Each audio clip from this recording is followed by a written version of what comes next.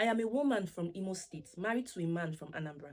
His family never wanted us to get married because his mother had already chosen another wife for him. They also strongly opposed the idea of him marrying an Imo woman. Despite their objections, we went ahead and with a white wedding and a court wedding, without their support. He has not yet completed the traditional marriage rites due to high bride price then. He wasn't rich back then, and the fact that none of his family members were willing to accompany him to see my people. After we got married, his younger sister, who had been living with him before our wedding, started making life difficult for me. She refused to do any chores. She wouldn't cook, sweep, or even wash her own plates after eating. I handled everything without complaining because I knew they never liked me. The real problem began when we struggled to have a child for 6 years. I went to several hospitals and the results showed that nothing was wrong with me. My husband refused to go for tests and insisted that I was the problem. Our marriage began to suffer. He started staying out late, sleeping with multiple women and neglecting me. His family, especially his younger sister, made things worse. She would bring different girls to our house for her brother and they would leave the place messy without consideration for me. She played loud music, drank with her friends in the living room, and acted as if I didn't exist, even when I was inside the room crying. Despite all this, I was determined to save my marriage. I was already 39 at that time. Where would I start over? In desperation, I cheated. I started sleeping with a young Yoruba man without telling him I was married.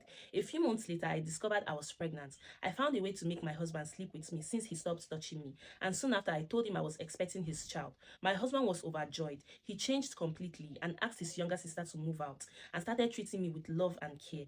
When I gave birth to a baby boy, he was ecstatic. The child looked so much like the Yoruba man, but I cut all ties with him and he had no idea about my pregnancy. My husband adopted this boy and took full responsibility for him.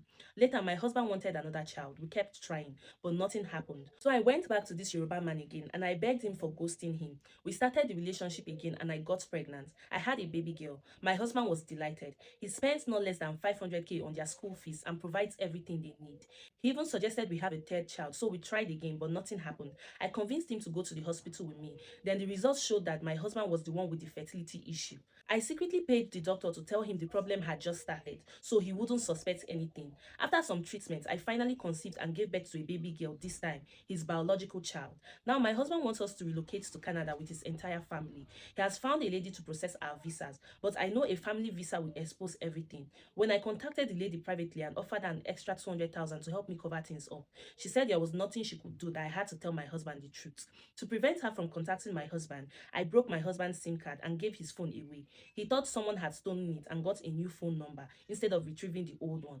Unfortunately, he has now found another agent to handle our visa processes. How do I stop my husband from traveling with us? I want to travel with my children first, and maybe he can join us later. But he's saying it must be a family visa, that he wants to be with his kids. He won't let me to raise his kids alone, so they won't go astray in Canada. It's bad for a woman to raise children alone with the rate of how wokeness has destroyed the world.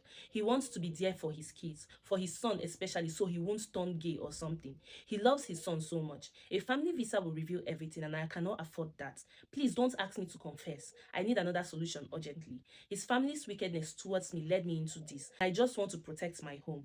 Please help me. I want to travel too. I want a better life for me and the children. I just need a good advice on how to convince him not to go with us. His business is doing well here and he can join us later if he wants, please. If there is anyone that can process the visa without the test or helping to cover up, I will pay anything. Please help me. Please drop your advice behind the comment section. I don't know what to say, but it's well. Oh.